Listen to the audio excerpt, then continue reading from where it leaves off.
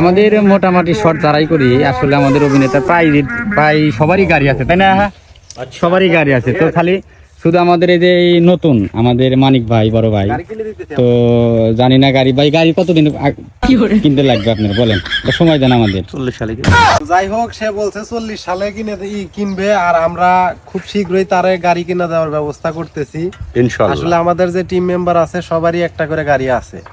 এখন মানিক ভাই নতুন এন্ট্রি নিছে আমাদের মধ্যে, তো তার একটা গাড়ি খুব দরকার। তো আমরা চেষ্টা করতেছি, আমরা সবাই মিলে তাকে একটা গাড়ি কিনে দেবো। আপনারা সবাই দোয়া করবেন আর সবাই আমাদের ভিডিওগুলো দেখবেন, সাপোর্ট করবেন।